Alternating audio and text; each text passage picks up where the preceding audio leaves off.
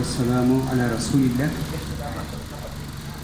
আজকের এই অনুষ্ঠানের সম্মানিত সভাপতি, যুব উন্নয়ন সংসদ কর্তৃক আয়োজিত আজকের এই অনুষ্ঠানের সম্মানিত সভাপতি এবং মঞ্চে উপবিষ্ট অতিথিবৃন্দ ও সম্মানিত উপস্থিতি, আসসালামু আলাইকুম ওয়া রাহমাতুল্লাহি ওয়া বারাকাতুহু। আমরা আজকের এই আলোচনার জন্য শিরোনাম নির্ধারণ করেছি যে সামাজিক প্রতিরোধ, আইনের কার্যকর প্রয়োগ এবং সচেতনতা।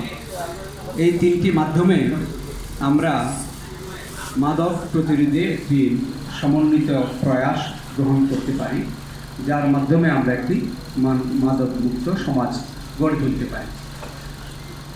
এই শিরোনামের মূল বিষয়টি হচ্ছে যে মাদক প্রতিরোধ করার জন্য আমরা যদি কোনো একটি পন্থা গ্রহণ করি, যেমন আইন করা কিংবা আইন প্রয়োগ করা, সেটি যথেষ্ট হবে না, বরং এটার জন্য আমাদের যৌথ এবং সমন্বিত পরিকল্পনা এবং কাজ করতে হবে। রাসূল সাল্লাল্লাহু আলাইহি ওয়াসাল্লাম একটি কথা বলেছেন, একটি হাদিস আছে, যে হাদিসে তিনি বলেছেন যে আন-নাসু মাআদিন, মানুষ খনির মতো। তো খনিতে, সকল খনিতে কিন্তু স্বর্ণ পাওয়া যায় না, সব খনিতে লোহা পাওয়া যায় না, সব খনিতে পেট্রোলিয়াম পাওয়া যায় না। এক এক খনিতে এক এক ধরনের পদার্থ পাওয়া যায়। মানুষও সেরকম। এজন্য মানুষের সংশোধনের জন্য কোনো একটি পন্থায় যে কাজ করবে এমন নয়।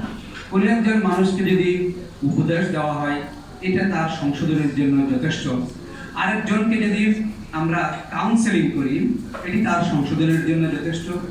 আরেক ধরনের মানুষ থাকে যাকে উপদেশ, কাউন্সেলিং কোনো কিছুতে কাজ হয় না, তাকে হয়তো শাস্তি দিতে হয়।